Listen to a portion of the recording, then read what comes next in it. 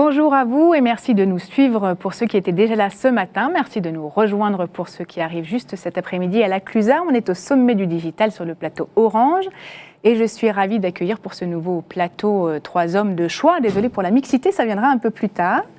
Nous allons parler d'un sujet beaucoup plus sérieux qui est celui de la santé connectée. Je vous présente donc nos invités. Xavier Comtesse. Bonjour. Bonjour, vous êtes start-upper des années 80. Vous avez été ex-haut fonctionnaire au secrétaire d'État à la Santé à Berne avant d'être ambassadeur à l'ambassade de Washington de Suisse. Et vous avez lancé dernièrement un think tank sur la santé numérique, justement, LSAT Large.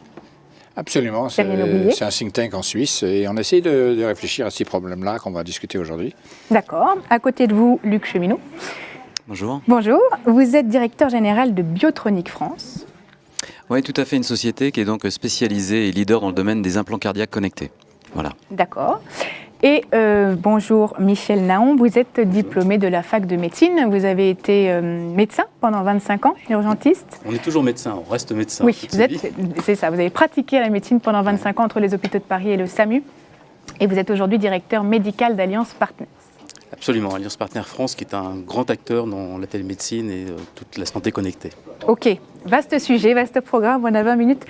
Avant toute chose, je crois que tout le monde s'accorde à dire que la santé de demain sera connectée. Le dernier Consumer Electronics Show en a beaucoup parlé notamment. Moi, j'avais envie de vous demander, pour poser un peu les choses, vous qui suivez ça de très très près, quelle est la dernière, ou pas dernière, innovation qui vous a un peu bluffé en la matière? Je ne sais pas qui veut commencer à répondre à cette question. Je me lance. Alors, c'est évidemment cette montre connectée de Apple. Alors, elle a cette particularité... dans le fond, de pouvoir non seulement contrôler et analyser et donner des statistiques de vos mouvements, mais elle peut aussi, dans le fond, écouter les battements du cœur. Ça, c'est la partie encore étonnante, parce qu'aujourd'hui, ce n'est pas le cas, mais demain, elle va pouvoir vous annoncer 2 heures à l'avance d'une crise cardiaque, elle va pouvoir vous donner l'arithmétique, tout ce qui marche mal sur votre cœur, on va le savoir. Et donc, tout d'un coup, on change de médecine. On passe d'une médecine qui était, si vous voulez, comme la photographie.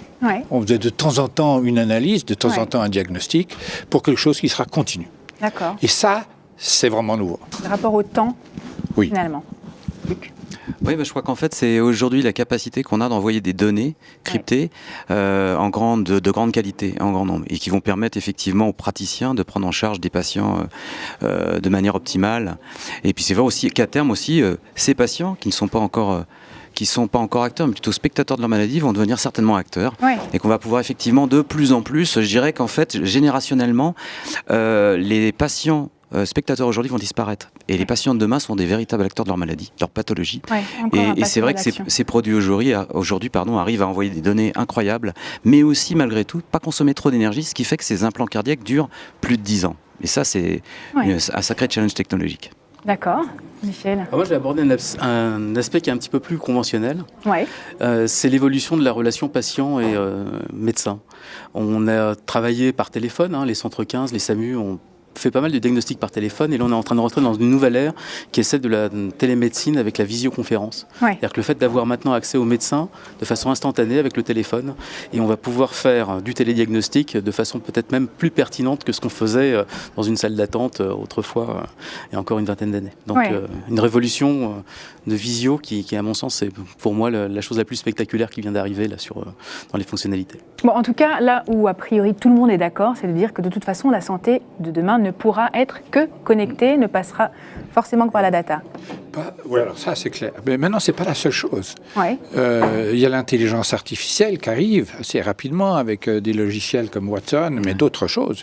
C'est-à-dire, vous savez, on commence à avoir l'habitude d'avoir ces assistants vocaux comme Siri et d'autres, ou Amazon avec son Echo. Mais ça, on ne se rend pas compte à quel point, dans le fond, cette assistance vocale va nous accompagner tout le temps, et notamment dans la médecine. Donc, je vais aller voir le médecin ou lui téléphoner et tout ça, mais en ayant auparavant, dans le fond, eu une pré-discussion avec un médecin virtuel. Et dans le fond, ce qu'on appelait le deuxième avis va devenir un premier avis, et le deuxième avis sera le médecin, le vrai, qu'on continuera à voir, parce qu'il y a prescription, enfin, j'ai besoin qu'il prescrive quelque chose, j'ai besoin de médicaments ou une opération. Donc, il y aura cet aller-retour sans arrêt entre un assistant, le mien, avec qui je commence à dialoguer et qui est intelligent, et un médecin réel. qui ça, c'est très nouveau. Des consultations finalement beaucoup moins nombreuses, potentiellement. Pas forcément moins nombreuses. Je ne suis pas sûr qu'on va gagner là-dessus. On va au contraire accélérer, je dirais, les consultations virtuelles. Et puis les autres, les réelles, elles seront à peu près du même ordre qu'aujourd'hui. Je ne pense pas. Au contraire, je pense que le vrai rêve de toute l'humanité, c'est la vie éternelle. Ouais. Donc on va être encore plus obsédé par la santé, je pense. Et le fait de voir des acteurs comme Apple, justement, qui s'engagent dans la santé numérique et qui comparent l'industrie à laquelle ils participent aujourd'hui à celle de la santé en disant que finalement elle est assez peu de choses, qu'est-ce que ça veut dire ? Je crois qu'en fait, on peut lutter contre cette peur. C'est vrai qu'aujourd'hui, on parle beaucoup des GAFA, des GAFAM, enfin, etc. Mais je crois qu'à l'heure actuelle, il y a des domaines dans lesquels on est extrêmement technologique, des populations de patients en tout cas, qui ont besoin d'avoir un suivi particulier avec des outils. Aujourd'hui, il y a des domaines où on n'est pas prêt peut-être d'intégrer tout de suite dans le téléphone portable un système numérique qui va leur permettre de surveiller leur pathologie de près. Pourquoi ? Parce qu'ils ont une pathologie atypique. Ouais. C'est peut-être par ce biais-là qu'on peut, entre guillemets, résister. Je ne sais pas si c'est le bon terme. Mais quoi qu'il en soit, se préserver d'être intégré trop vite dans des GAFA qui pourraient effectivement compliquer peut-être la vie d'ailleurs des praticiens plus que de les aider concrètement. Et comment ça aide les praticiens aujourd'hui ? Typiquement, vous dans la cardiologie, la télécardiologie, comment ça fonctionne ? Qu'est-ce que ces implants peuvent communiquer comme données vraiment utiles ? Alors, il y a deux domaines bien différents. Il y a les données cliniques, évidemment, c'est-à-dire qu'on va pouvoir...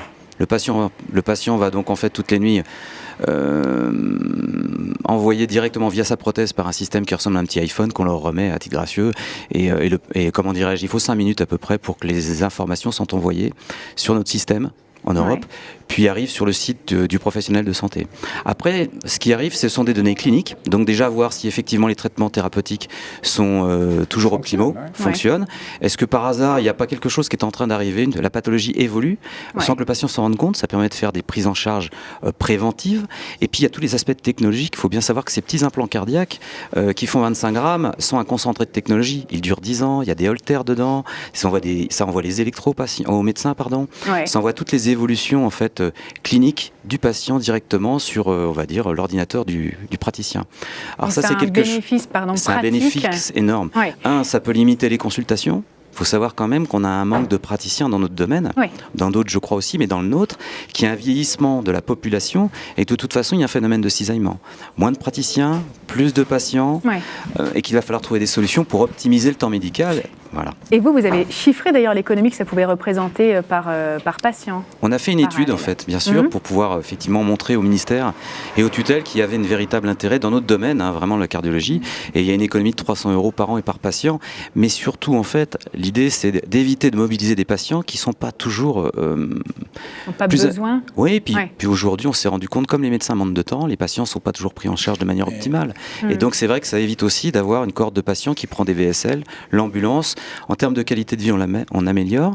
Et aussi, on a aussi un impact RSE, c'est-à-dire que c'est des centaines de milliers de voitures, peut-être qui se déplaceront moins. Mais juste une chose, moi je ne suis pas sûr de cette dernière affirmation de moins de consultations. Je pense qu'il y aura une consultation de meilleure qualité, peut-être tout à fait aussi nombreuse. Vous vous rappelez, quand il y a eu l'informatisation, on avait dit on aura moins de papier. C'est pas vrai, c'est le contraire qui s'est produit, parce qu'on peut en produire beaucoup plus. Et donc, je ne pense pas vraiment ça. Par contre, tout le reste, sur la qualité, sur cette relation permanente, cette amélioration considérable pour nous, du confort. Le confort, ça, j'y crois. Mais vous verrez, c'est une forme de consommation nouvelle. On n'est pas sûr comment ça va se passer. Donc ici, il fait des prévisions. Peut-être il a raison, peut-être c'est moi qui ai raison. On ne sait pas encore. Je sais que Michel Laon, vous faites partie de ceux qui pensent que ça peut clairement désengorger les hôpitaux. Alors, pas dans un premier temps, parce qu'il faudra remettre les choses dans l'ordre chronologique, parce qu'il va y avoir plusieurs étapes. La première étape qui me semble la plus importante, c'est sur le plan de la prévention des pathologies. Actuellement, pour faire une prévention d'un cancer colorectal, pour faire la prévention du cancer pulmonaire, on est obligé de lancer des campagnes avec un pourcentage d'adhésion qui est toujours faible par rapport à l'objectif. Là, si tout le monde est connecté, si on a le dépistage sur le bracelet montre, si on a la possibilité de faire du dépistage de mars, là, on va avoir un gain en santé publique qui va être monumental. Donc, je pense que la première étape, ça va être dans la prévention et le suivi des pathologies chroniques. Parce que là, de la même façon, le fait de pouvoir suivre au quotidien un patient et de pouvoir dépister les événements qui vont sortir de l'ordinaire et qui vont dire là, il faut intervenir, alors que c'est pas obligé d'intervenir systématiquement sur tous les patients. Là, on peut dépister le moment pour lequel on a besoin d'une intervention médicale. Donc c'est là où on va gagner en performance parce que le patient sera mieux suivi. On va dépister les événements alors par les différents dispositifs, et en cardiologie, la démonstration n'est plus à faire. Le fait de dépister un trouble du rythme, c'est quelque chose qui est une alerte et on va pouvoir prévenir la survenue d'un incident ischémique avec toutes les complications de l'infarctus du myocarde. D'ailleurs, une chose révolutionnaire, c'est qu'on ne parle plus d'infarctus en France. Vous savez qu'on parle de syndrome coronaire. L'infarctus a disparu. C'est-à-dire qu'on l'a traité à la phase précoce. Donc là, si on imagine que la montre connectée va faire le dépistage de la tachycardie et puis du petit sus-décalage qui va apparaître sur le segment ST là, de l'électrocardiogramme, on va pouvoir dire « Oh là là, il se passe quelque chose, mon T s'inverse, il faut intervenir ». Et là, on dépiste plus tôt, on traite plus tôt et on consolide plus tôt. On en parle beaucoup pour le diabète donc, aussi, c'est ça avec les pompes. Et puis alors, le diabète, c'est un autre exemple tout à fait intéressant. On a les pompes à insuline avec le dépistage de la glycémie qui se fait plus en piquant le doigt. On va pouvoir avoir un dispositif implanté qui régule la glycémie. Et je pense même, sans être trop provocateur, que les diabétiques seront mieux suivis, mieux équilibrés sur le plan de la glycémie que les non-diabétiques, qui feront peut-être moins de complications à terme. Pourquoi pas, on verra. Moi, je suis d'accord avec ça. Première phase, on va consommer plus. Deuxième phase, on saura mieux. Et donc, ça se ralentira. C'est un peu comme avec le papier que je disais tout à l'heure. Et je crois que c'est très important de dire ça au pouvoir politique, parce qu'en général, ils croient, derrière la technologie, tout de suite, il y a de la rentabilité. Non, je c'est une vraie question, parce que je crois que c'est vraiment un sujet qui passionne tout le monde et qui inquiète, notamment pour cette raison. Est-ce que c'est un souci de santé publique ou est-ce que c'est une logique économique Donc, alors, au début, il ne faut pas que ce soit trop une logique économique, parce que ça ne va pas le faire. Je crois que... Et d'ailleurs, je pense que les GAFA, qu'on critique un peu, mais eux ne vont pas passer par le système de santé, ils vont y aller directement. Et eux vont... Donc, nous, on va les payer. Et donc, je pense qu'eux comprennent bien qu'il y a un intérêt très, très fort de la part de tout le monde. Et donc, on va même payer en plus pour aller chez eux, parce qu'ils ne seront pas dans le système de santé à aucun moment. Et donc, on aura ça au début. Et après, ça se mélangera. Moi, je suis un peu de son avis. On ne pourra pas remplacer les médecins par l'intelligence artificielle. Donc ça, c'est un point important à rappeler. C'est que le médecin existera toujours. Par contre, sa façon de pratiquer son art, parce que c'est un art quand même, ce n'est pas que de la science, sera toujours présente, mais sur des modalités différentes, parce qu'on aura recours au médecin, le spécialiste, celui qui apportera l'expertise ultime au terme du parcours de soins, avec le dépistage, l'intelligence artificielle, les différents outils qui vont permettre de faire les diagnostics paracliniques. Mais le médecin, il amène ces deux choses. Donc, ce que vous dites, l'expertise, mais aussi le contact humain. À la fin, on veut coucher dans le même lit, vous voyez. Et donc, c'est pas possible. La machine, c'est pas ça. Et c'est pas fait pour ça. Ce que nous, on veut, c'est que, dans le fond, le médecin gagne du temps sur des travaux chiants, finalement, vous voyez, qui seraient pris en charge par la technologie. Et après, il dispose plus de temps pour le patient. On a parlé, juste un tout petit point de pédagogie, parce qu'on parle des GAFA et notamment d'Apple qui ne cache pas ses ambitions en matière de santé connectée. Concrètement, qu'est-ce qu'ils veulent faire? Parce que ça, je ne crois pas que le grand public ou la plupart des gens qui sont pas experts en la matière... Il faut dire que c'est un marché qui est quand même extrêmement juteux. C'est énormément de milliards, c'est 11% du PIB en France, c'est un gros marché. Ça, c'est la première chose. Donc, ils aiment les gros marchés. La deuxième chose, on voit avec Amazon. Ensuite, ils vont essayer de prendre des parts de marché. Et dans la manière dont ils vont faire, c'est évidemment, au début, ils cassent les prix.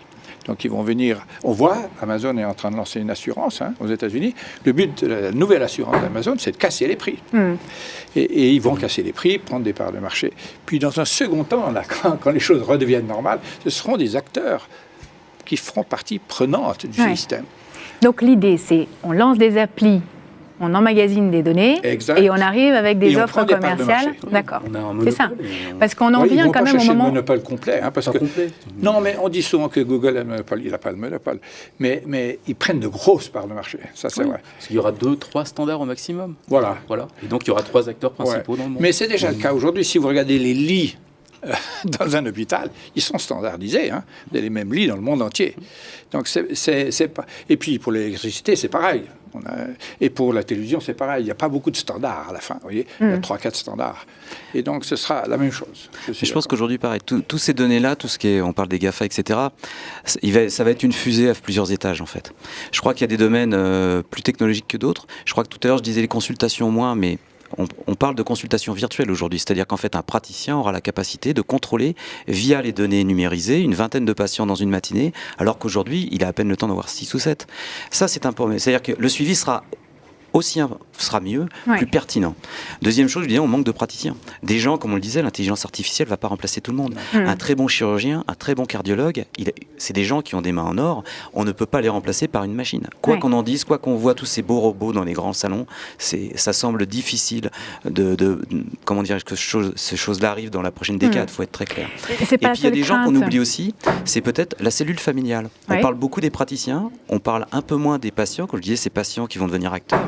Mais un patient devient acteur, mais avec les gens qui l'entourent, avec les accompagnants, leurs proches. Et je pense que la cellule familiale a un impact fort aussi, à mon avis, dans l'avenir, pour qu'une pathologie soit bien tolérée, supportée. Mais c'est pas vrai pour tous les secteurs. Hein. Je voulais juste vous poser la question, si vous êtes d'accord avec ça. Je pense que, par exemple, les radiologues vont souffrir, ils vont disparaître même, peut-être. Donc il y a des professions quand même. Pour la photographie dont on parlait tout à l'heure. Dans la quantité qu'ils sont, on n'en a plus besoin d'autant. Et donc, c'est pas que le métier va disparaître, mais le nombre de radiologues va disparaître. Et puis aussi dans la dermato, etc. Il y a plein d'endroits où on va voir finalement un glissement des spécialistes vers ailleurs. Glissons, si vous le voulez bien, juste sur la sécurisation des données, justement, parce que on aurait besoin de 2 fois plus de temps qu'on en a.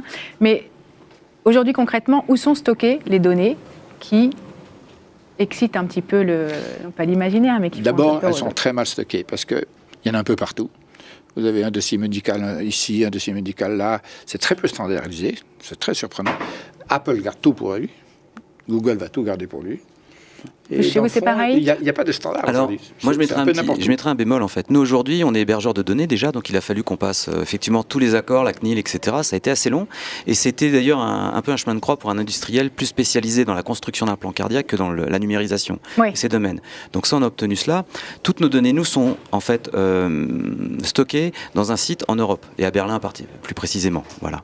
Avec un système dormant, donc on est visité assez fréquemment, évidemment, pour voir, avec les classifications qui changent perpétuellement chaque année. Donc c'est des choses, même moi je ne sais pas où se trouve le site. Voilà, à Berlin, il faut savoir que c'est vraiment quelque chose un peu top secret au sein de notre société. Et il y a un contrôle permanent aussi sur effectivement la qualité en fait des firewalls, de tout ce qui doit protéger ces données. C'est ça, parce qu'après on peut se demander qui a accès. Typiquement, je pense à votre activité chez Allianz, ça fait partie aussi les assurances font partie de ceux qui sont un petit peu pointés du doigt comme de potentiels acquéreurs de données à qui on n'aurait pas... Mise au point sur les définitions, l'assureur, l'assisteur, nous sommes des assisteurs. Donc déjà c'est un point très important, on est là pour apporter du service à la personne et absolument pas à faire de l'indemnisation ou du remboursement, même si c'est une partie importante de l'activité d'Allianz. Mais en ce qui me concerne en tant que directeur médical, je parle de service à la personne, donc de l'assistance. Et l'assistance, on n'est pas dans ces considérations-là. Et on va parler du dossier médical partagé, ce qui est quelque chose qui est en place depuis maintenant quelques années chez Allianz, soit avec un hébergement de données de santé qui est agréé par l'État, avec des agences comme l'ASIP ou l'ANAP qui vont donner des sécurités sur la façon de stocker les données et qui font que tous les dossiers qui sont ouverts sur un plateau d'assistance comme celui d'Allianz sera géré comme un dossier médical, comme dans un cabinet médical et stocké avec les mêmes règles. C'est-à-dire que là, on va avoir, et c'est assez récent parce que ça n'existait pas dans les années précédentes, on a un vrai standard du dossier médical partagé numérique. Mais pour ses clients, l'autre, il y a d'autres clients, et d'autres standards, et d'autres plateformes. Et du coup, quid de la protection de ces données alors sur la protection, il faut quand même voir une chose. Tous ces réseaux sont interconnectés. Alors quand quelqu'un dit « j'ai ma database en Suisse dans un coffre-fort », c'est bidon. C'est totalement bidon. On vient de voir 3 ou 4 scandales récents où les puces d'un tel sont ouvertes. On en parlait tout à l'heure. Aux États-Unis, un homme qui avait voulu frauder son assurance en prétendant que sa maison avait pris feu et son pacemaker, en fait, révélait qu'il n'avait pas eu de crise de panique, donc... Exactement, c'était faux. Et la police avait pris... Ça, c'est les assurances qui sont en train de mettre avec les logiciels d'intelligence artificielle des choses après les fraudeurs. Mais sur le fond, toute donnée, où qu'elle soit, est accessible aujourd'hui. Il faut le dire. Et il faut arrêter de dire en Europe, on est protégé. C'est pas vrai. Cela dit... Tout est interconnecté. J'ai l'impression... Donc il y a une espèce de trahison en disant aux gens « Ah oui, on va protéger vos données ». On ne sait pas protéger les données des gens. C'est pas vrai. Mais les Français, par exemple, ne sont pas en fait si inquiets que nous. Je dirais que nous, aujourd'hui, on a, je ne sais pas l'expérience... Ils ne sont pas si inquiets que ça, c'est vrai. Au niveau de notre expérience, nous, on a 30 000 patients suivis aujourd'hui avec leurs implants cardiaques. Et c'est vrai que Autant il y avait une inquiétude peut-être il y a 10-15 ans quand on a commencé tout au début, autant aujourd'hui c'est vraiment rentré dans quelque chose de commun. D'ailleurs à tel point que quand leur appareil changeait au bout de 10 ou 12 ans, souvent ils demandent s'ils vont avoir le même petit boîtier sur leur commode la nuit pour les rassurer. Donc on s'aperçoit qu'effectivement le digital est rentré dans la vie de gens, même qu'on 70, 80 ans, ça leur pose aucun problème. Michel, le mot de la France, fin. Un pays européen, on a quand même la culture du secret médical. Enfin, c'est quelque chose qui est inscrit dans la société. Et juste pour parler un petit peu d'humanité, parce qu'on a parlé beaucoup de technologie, on ne va pas forcément supprimer des métiers humains. C'est-à-dire que les personnes âgées dans les maisons de retraite, il y aura des opérateurs de santé qui vont venir auprès d'elles pour pouvoir connecter les différents devices, les différents outils qui vont venir pour accompagner la mesure de telle ou telle constante avant de la transmettre sur le réseau médical. Donc je ne pense pas qu'on supprime des emplois à terme. Il y aurait encore beaucoup à dire, mais on est arrivé au bout du temps qui nous est octroyé. Ce qui fait peur aux gens, c'est que des données personnelles, médicales, aillent à l'assurance ou à l'État. C'est ce genre de choses qui font peur. Et malheureusement, c'est pas clair. Soyons vigilants, mais ouverts. Merci, messieurs. Merci beaucoup. Merci beaucoup. À plus tard, on retrouve Laura Jane-Gauthier dans 10 minutes pour la prochaine table ronde. Et rendez-vous pour notre part un peu plus tard au sommet du digital. Au revoir. Heureusement qu'elle n'a pas que des clients.